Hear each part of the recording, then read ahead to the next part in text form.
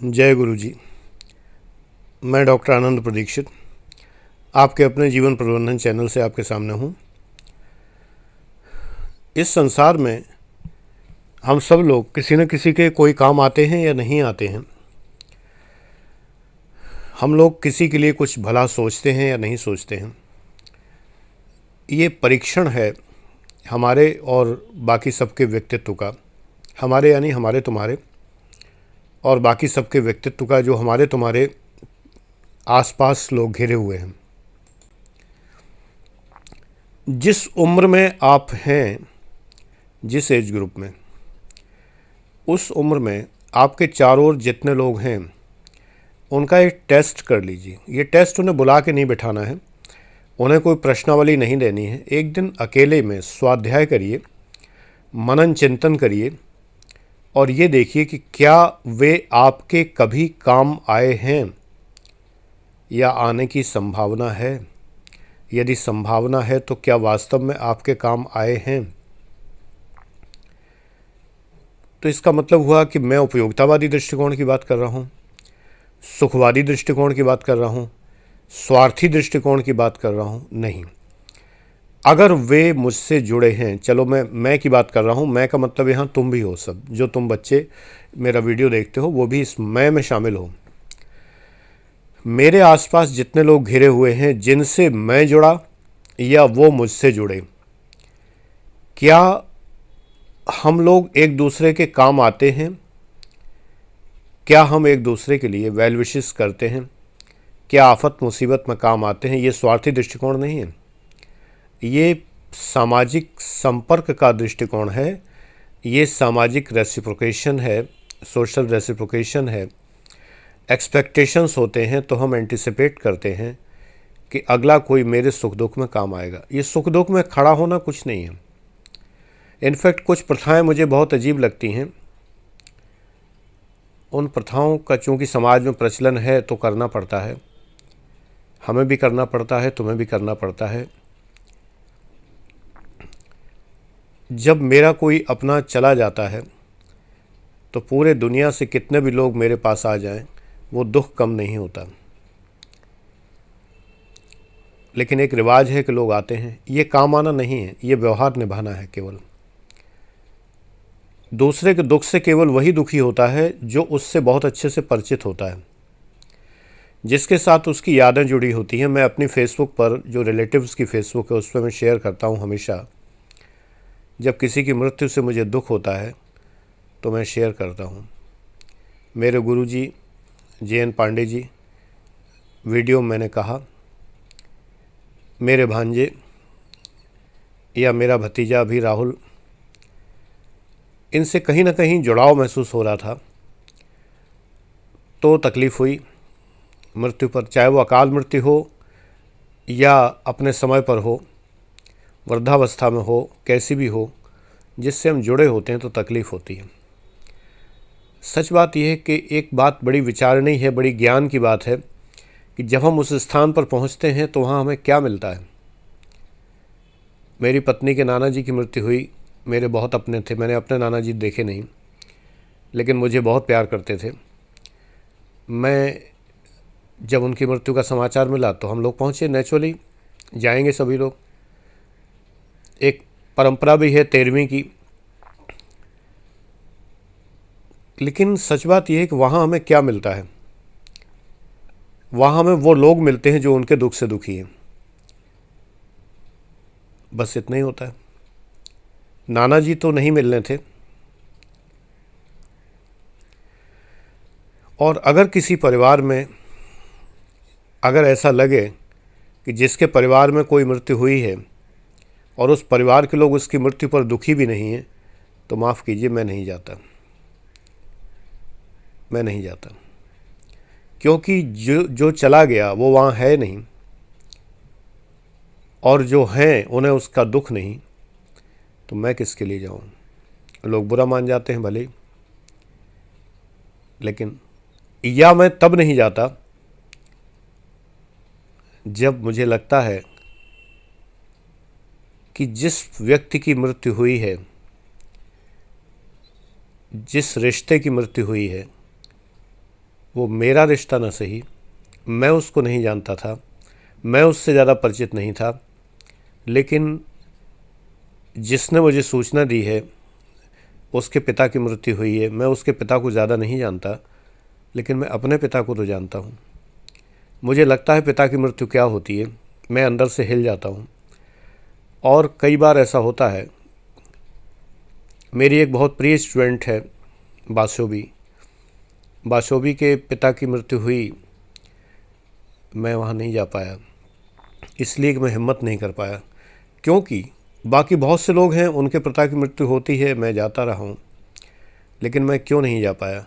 क्योंकि बाशोबी जो है वो अपने पिता से इतना प्यार करती थी, करती है। बाप बेटी का ऐसा प्यार बहुत रेयर देखने को मिलता है, बहुत ही रेयर। क्योंकि वो क्लास में जब पढ़ती थी तो वो शेयर करती थी जो बातें, तो मुझे लगता है जैसे मेरे पिता की और मेरी बातें हो रही हैं। जैसे मेरे पिता मुझसे प्यार करते थे, ऐसे मुझे लगता था। मैं हिम्मत नहीं जुटा पाया। मुझे लगा कि मैं अपने पिता की स्मृतियों में रहूँगा, क्योंकि बिल्कुल पैरिटी है। ये बात शायद वो समझ नहीं पाई कि मैं क्यों नहीं पहुँच पाया। क्योंकि मुझे पता है कि जब मैं नहीं पहुँच पाया तो इतना मुझे गुरुमित्र कहती थी। उसके बाद उसने कभी मुझसे बात नहीं की।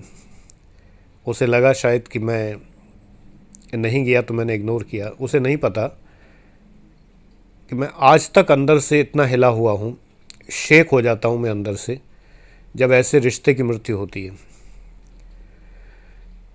इन रिश्तों की मृत्यु में मैं इसलिए नहीं कि मैं मसरूफ़ हूँ, काम में बहुत बिज़ी हूँ इसलिए मैं नहीं जा पाया, या मैं उसको इग्नोर कर रहा हूँ, ऐसा कुछ नहीं है।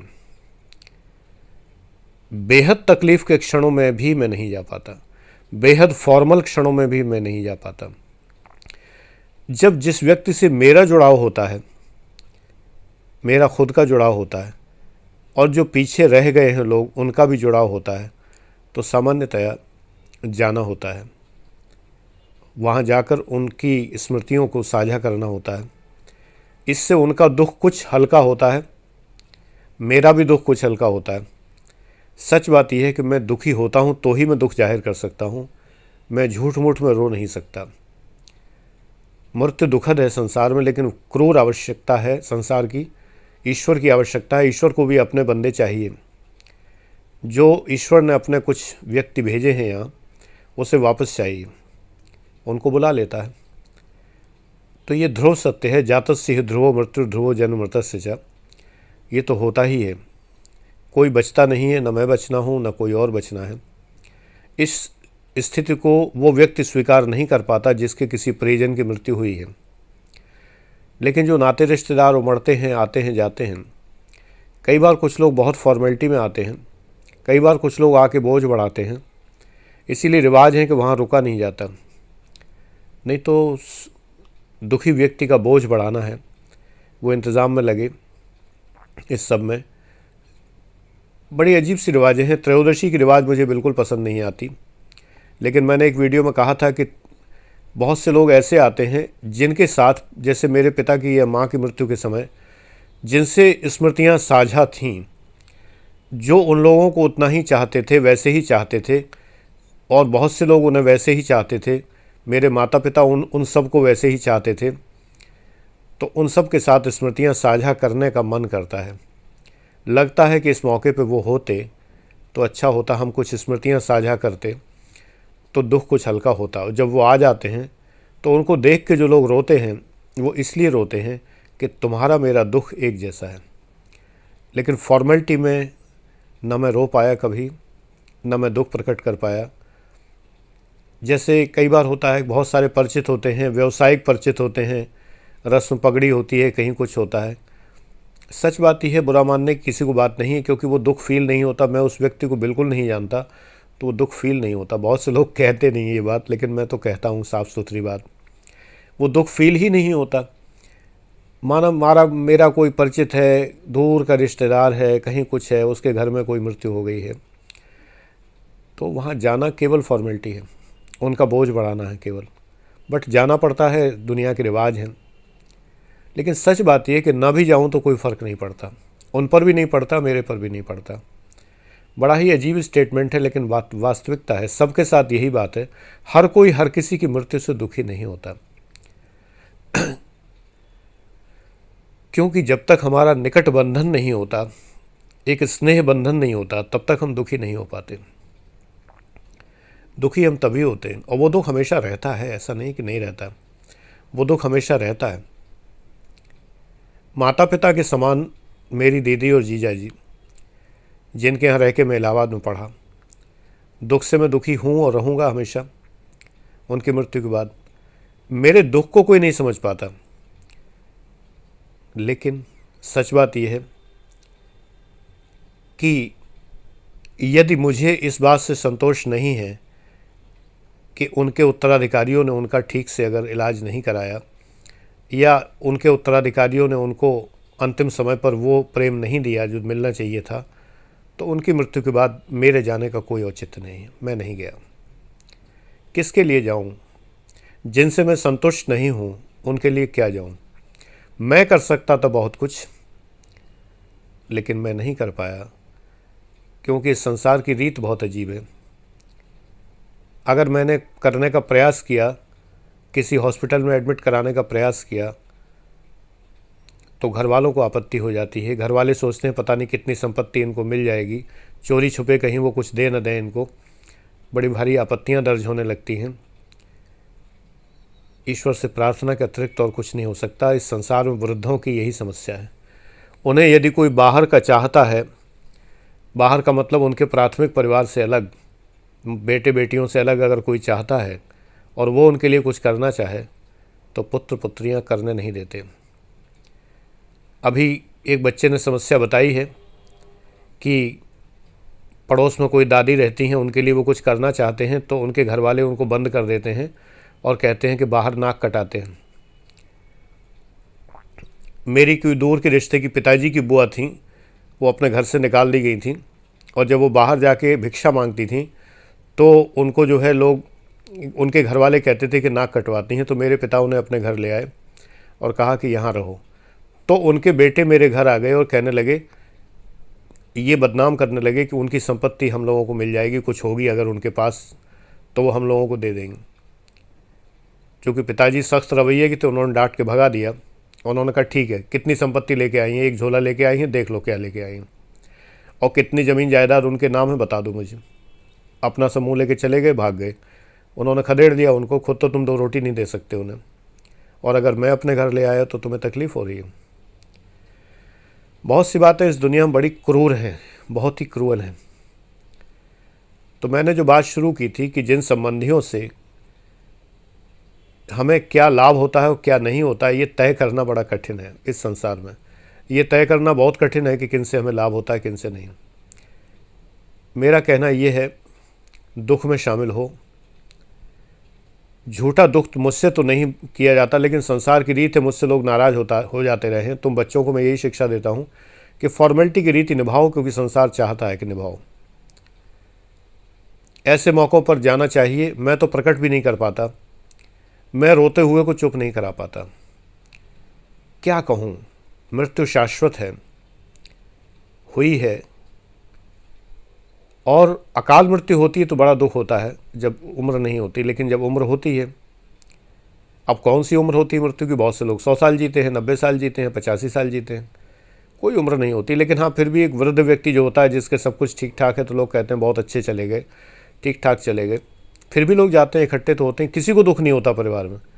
कभी कभी कोई बुज़ुर्ग बहुत बीमार होते हैं और चले जाते हैं, तो लोग कहते हैं बड़ा अच्छा हुआ, बहुत कष्ट झेल रहे थे, चले गए, ठीक हुआ। फिर भी लोग जाते हैं। यानी ये रिवाज है, इसका दुख से कोई संबंध नहीं है। मैंने एक सूत्र आपको बताया, दुख तभी होता है, मुझे कम से कम, जब मैं उस व्यक्ति को जानता हूँ, और जानता ही नहीं हूँ, दिल से जुड़ा हूँ। दिल से ही नहीं जुड़ा हूँ जब वो व्यक्ति मेरा प्रिय है और उसका मैं प्रिय हूँ, तभी। वरना जानता तो बहुत लोगों को हूँ, जुड़ा भी बहुत लोगों से हूँ, लेकिन कोई सामाजिक आदान प्रदान नहीं है, स्नेह का आदान प्रदान नहीं है। एक सामान्य तौर पे ये होता है, अरे मृत्यु हो गई, अभी तो ठीक ठाक थे, ये वो था। हर किसी को जाना है, मैं भी जाऊंगा, सब जाएंगे, ऐसे ही जाएंगे। हर व्यक्ति हर एक पे दुखी नहीं होता। How many cry when you die, ये एक विदेशी कहावत है। इसी से पता लगता है कोई कितना पॉपुलर था, कितना काम का था। सारी दुनिया काम को ही रोती है। कोई व्यक्ति किसी के काम आता है, उसकी मृत्यु पर उतना ही लोगों को दुख होता है। जो किसी के काम नहीं आता, उसकी मृत्यु पर किसको दुख होगा। तो मेरा कहना है कि लोगों के काम आओ, मृत्यु सोच के नहीं, जीवन सोच के। ये सोच के काम आओ कि इस जीवन में तुम कुछ लोगों के काम आओगे। शुरू से ही किसी के प्रति स्नेह की 2 बातें कर देना, खास करके उन लोगों को जो इस संसार से जाने वाले हैं, वृद्धों के प्रति, छोटे बच्चों के प्रति, परिवार के प्रति, अपनों के प्रति। जितना प्यार रखोगे उतना ही लोगों को काम आओगे। प्यार देना ही काम आना है। जितना अधिक आप दूसरों की केयर करेंगे, केयर पर मैं वीडियो बना चुका हूँ, दोहराऊंगा नहीं। केयर भी देखभाल की करनी होती है, ऐसे लोगों की नहीं जो दुष्ट होते हैं। केयर जितना करेंगे उतना ही लोग आपको पसंद करेंगे। जब कोई आपकी तकलीफ़ में तकलीफ़ महसूस करने लगे, आपके चोट लगती है तो अगले के मुंह से उफ निकले, आह निकले, प्यार की पहचान यही होती है। ये केवल पति पत्नी या प्रेमी प्रेमिका का ही प्यार नहीं होता है, माँ बाप का भी प्यार होता है। माँ एक बच्चे की उंगली में जरा सी चोट लग जाती तो इतनी दुखी हो जाती है, रो देती है। उस माँ को लोग घर से निकाल देते हैं, ये अलग बात है। उन्होंने वो बचपन अपना नहीं देखा होता जब उस माँ ने क्या किया था उनके लिए। पिता कहते नहीं हैं, प्यार बहुत करते हैं। बोलते कड़वा हैं, डांटते हैं, लेकिन प्यार बहुत करते हैं। इस बात को बच्चे पहचानते नहीं हैं। जो अगर किसी को, अच्छा मैं एक टेस्ट बताता हूँ, अपने घर में किसी को तुम टिका लो, तुम में से जो लोग इंडिपेंडेंट हों, किसी व्यक्ति को अपने घर में रख लो। कितने महीने रखोगे? महीने, दिन नहीं रखोगे। 2 दिन नहीं रख पाओगे किसी को अपने घर में। एक बच्चा जो इस संसार में जिसका अस्तित्व नहीं था, कहीं से भी वो था ही नहीं, वो अचानक घर में आता है, उस बच्चे को पूरे जीवन माता पिता अपने घर में रखते हैं, पालन पोषण करते हैं, केयर करते हैं। बहुत से बच्चे तुम्हारे में से ही कहते हैं मेरे पिता माँ बहुत दुष्ट हैं, मेरे पिता ऐसे हैं, मेरे पिता, रख तो तुम्हें अपने घर में रहे हैं, तुम्हारी केयर कर रहे हैं, खिला पिला रहे हैं। दूसरे इंसान को तुम 2 दिन नहीं रख सकते, वो तुम्हें 20 साल रखे हुए हैं, कुछ कमा नहीं रहे हो, तब भी सवाल ये उठता है कि वो तुम्हारे सबसे ज़्यादा काम के हैं, तो तुम्हें उनसे सबसे ज़्यादा प्यार होना चाहिए, लेकिन नहीं होता। प्यार तो किसी अनजाने से हो जाता है। वो विपरीत सेक्स का आकर्षण है, जिसे तुम पवित्र प्रेम समझते हो। अभी तुम पवित्र प्रेम कुछ नहीं जानते। इस वीडियो का टॉपिक नहीं, इसलिए नहीं बता रहा, कुछ नहीं जानते हो। जाने कितनों के पवित्र प्रेम धुलते हुए मैंने देखे हैं, बहते हुए, ख़त्म होते हुए देखे। जो पवित्र प्रेम में आंसू बहाते थे दिन रात, वो आज दूसरे से, किसी से शादी करके चैन की ज़िंदगी बिता रहे हैं।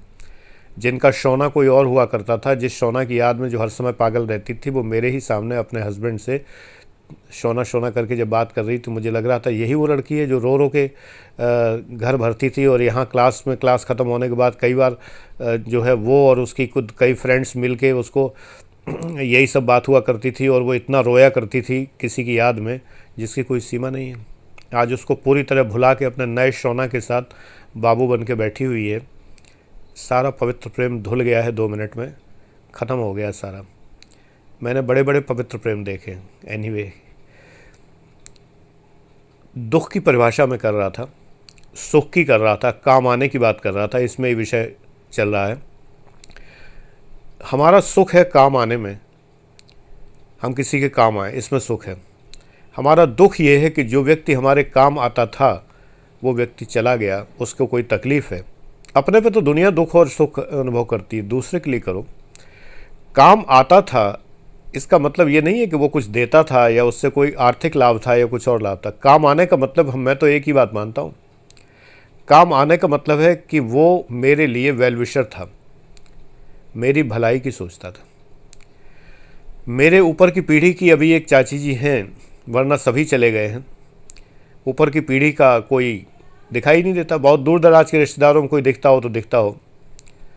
चाची जी हैं, जब मैं चरण स्पर्श करता हूँ तो जो आशीर्वाद उनका निकलता है, हमेशा सुखी रहने का आशीर्वाद जो देती हैं, दिल से देती हैं, तो मेरे काम आती हैं। इसलिए काम आती हैं कि मेरे काम कौन आते हैं दुनिया में? जो मेरे वेल विशर हैं। मुझे उनसे कुछ चाहिए नहीं, ना वो कुछ मुझे देंगी। आशीष बहुत है, बहुत बड़ा आशीर्वाद है। उनके आशीर्वाद से ही मुझे लगता है कि मेरी सब कुछ प्रॉस्पेरिटी और सारी चीज़ें हैं। क्योंकि अभी कम से कम एक बड़ा मुझसे है, तो जैसे जैसे हमारी उम्र बढ़ती है हम अकेले होते जाते हैं। पिरामिड पर पहुंच के हम अकेले हो जाते हैं। पिरामिड के शीर्ष पर पहुंचते जाते हैं।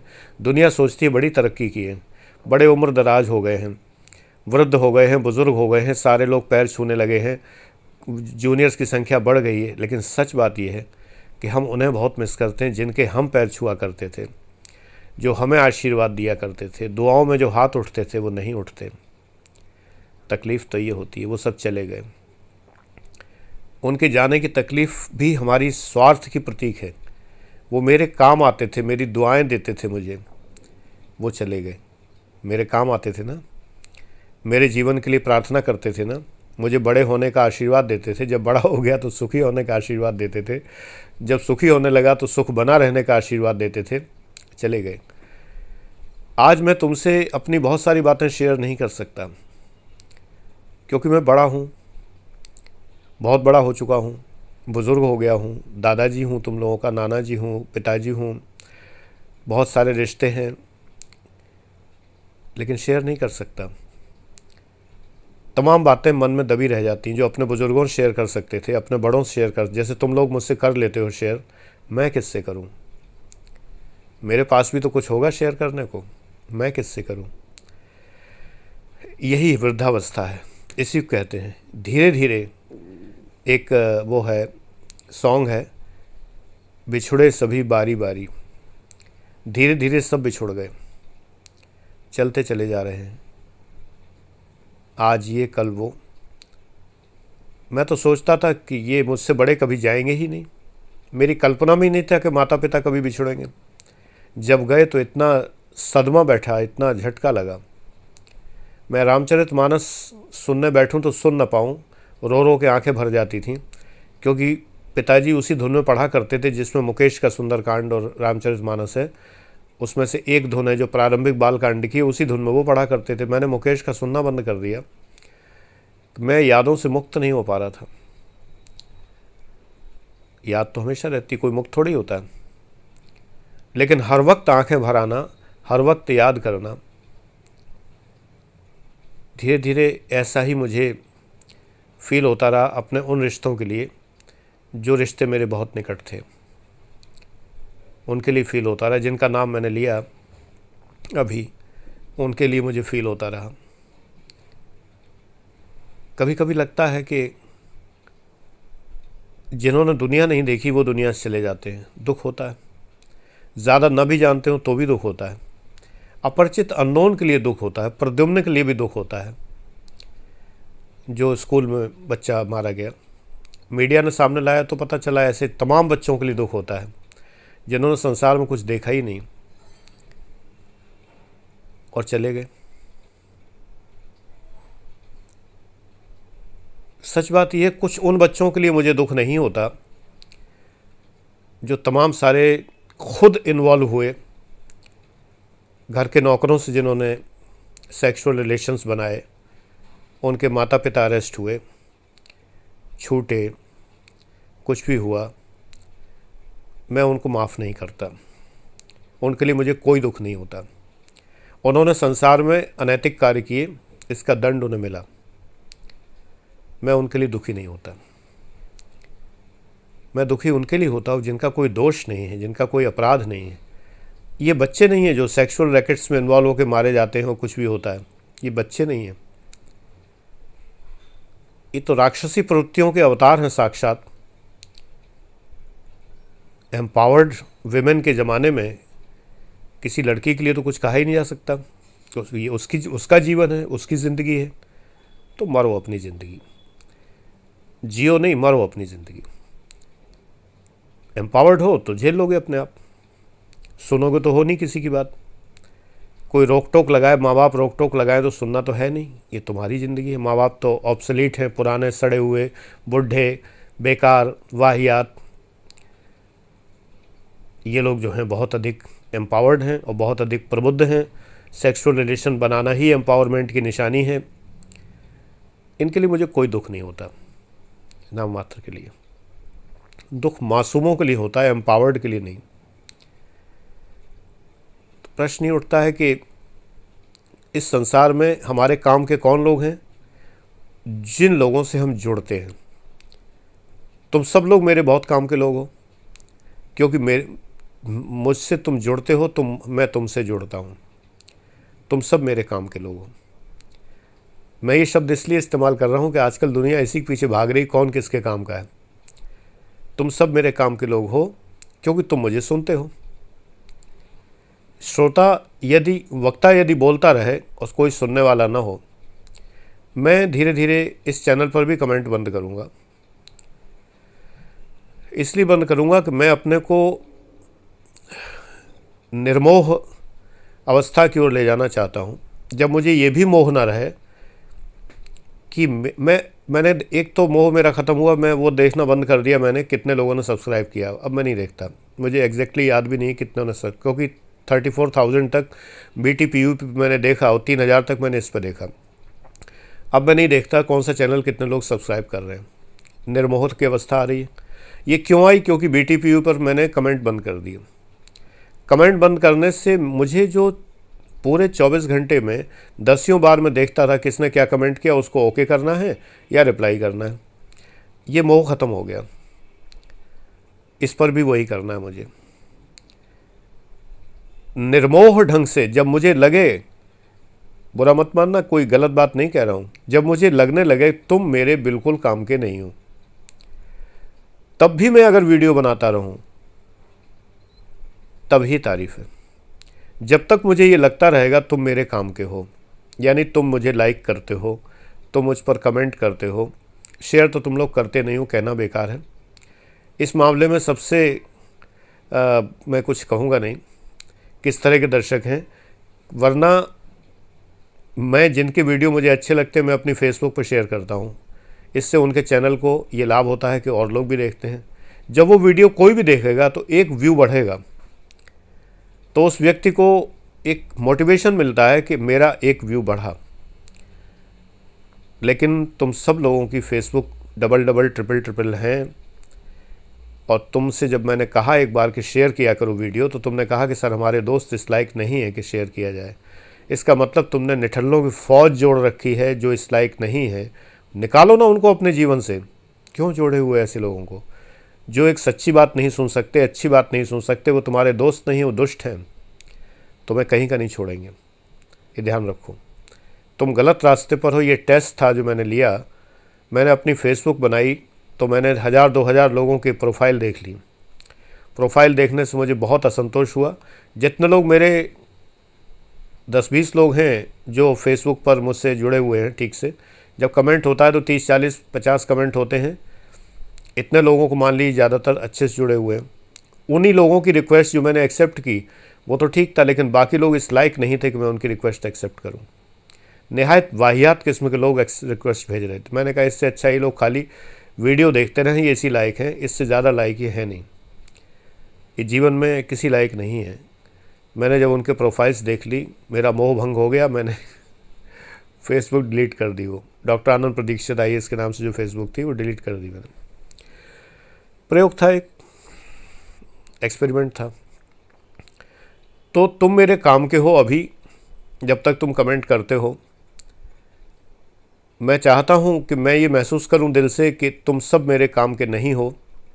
मुझे तुमसे कोई स्वार्थ नहीं है, तुम्हारे कमेंट्स की मुझे ज़रूरत नहीं है, फिर भी मैं वीडियो बनाता रहूँ। अभी तो मैं तब नहीं बनाता जब मैं कहीं बाहर गया होता हूँ। अभी मैं वहीं गया था, मेरे एक भतीजे की डेथ हो गई थी, अकाल मृत्यु। तो अपने को रोक नहीं पा रहा था और दुख में सम्मिलित होना था, क्योंकि स्वयं दुखी था हूँ। तो इसलिए 2 दिन ये जो है एब्सेंस 2-3 दिन रही मेरी। अभी मैं वीडियो अगर नहीं बनाता हूँ तो इसीलिए नहीं बनाता हूँ, लेकिन मुझे लगता है कि मैं निष्काम भाव से तभी बना पाऊँगा जब कमेंट्स डिसेबल होंगे। So that be ready for that. तुम्हें जो भी कहना होगा तुम फेसबुक पर कह सकते हो, बट यूट्यूब को मैं कमेंट मुक्त करना चाहता हूँ। बिल्कुल ही। इससे कोई लाभ भी नहीं है, क्योंकि यहाँ कोई समाधान तो होता नहीं है। समस्याएं तुम अपनी फेसबुक पे पूछ सकते हो, व्हाट्सएप करके पूछ सकते हो, कोई समस्या नहीं है उसमें। यहाँ कमेंट मुक्त रहता है तो बड़ा साफ़ सुथरा प्लेटफॉर्म रहता है, काफ़ी अच्छा रहता है, तो वो मैं करूँगा। तो जीवन में ये देखो कि कितने लोग तुम्हारे काम के हैं, तुम कितने काम के हो। अंतिम वाक्य मेरा यहाँ पर इस वीडियो में यही है। ये देखो, बैलेंस शीट बनाओ अपनी। अगर कोई लोग ऐसे हैं जो केवल निठल्ले हैं, केवल मौज मस्ती के लिए हैं, साथ में बैठ के बियर पीने के लिए हैं, खाली इतने ही काम के लिए हैं, क्योंकि चाय तो आजकल तुम लोग पीते नहीं हो, बियर ही पीते हो। अगर तुम लोगों में से जो मेरे शिष्य हैं अभी भी अगर ऐसे हैं जो बियर पीने वाले और ये सब हैं, तो सच बात ये, तुम लोग झूठे शिष्य हो मेरे, फिर सच्चे शिष्य नहीं हो, केवल जय गुरु जी करने वाले हो। बाद में जाके बियर की बोतल ढकेल लेते हो पूरी अंदर, यारों दोस्तों में बैठ के मक्कारी करते हो। मेरे शिष्य होने लायक नहीं हो, कुछ नहीं कर पाओगे संसार में, ये मैं बता दूं। जो करोगे वो तुम संतुष्ट होगे, क्या है, बुढ़ापा बड़ा कष्ट में बीतना है, ये मैं बता दूं। वो ऐसी अवस्था है जब पछताने से कुछ नहीं होगा। You can not rectify, so that if you are good, if you follow me, then रास्ता थोड़ा सिंपल सा है, सीधा सा है, बट मिलेगा सब कुछ, और इतना मिलेगा, वो सब मिलेगा जिसको संभाल नहीं पाओगे। और ऐसे में जीवन भर तकलीफ़ में रहना है। अगर मेरे सिद्धांतों के खिलाफ चलते हो तो अपना जीवन तुम्हारे हवाले, जैसे चाहो जियो। फिर समस्याएं उत्पन्न होंगी तो समस्याओं कोई समाधान है नहीं, क्योंकि अगर जीवन में केवल भूख, प्यास, नींद और सेक्स है, खाली 4 बेसिक इंस्टिंक्ट हैं, और 5वीं जो आवश्यकता होनी चाहिए वो है ही नहीं, आध्यात्मिक आवश्यकता, मेटा नीड जो है वो आपके अंदर है ही नहीं, कुछ नहीं कर पाओगे। इसलिए बैलेंस शीट बनाना शुरू करो और फालतू लोगों को निकालो लाइफ से, अनावश्यक लोगों को बाहर निकालो। फॉर्मेलिटी के लिए सामाजिक रीति रिवाजें पूरी करते रहो, लेकिन दिल से भी जुड़े रहो उन लोगों से जो तुमसे दिल से जुड़े हो। दिल से जुड़े हो, बियर की बोतल से ना जुड़े हो, दिल से जुड़े हो। Thank you very much, God bless you.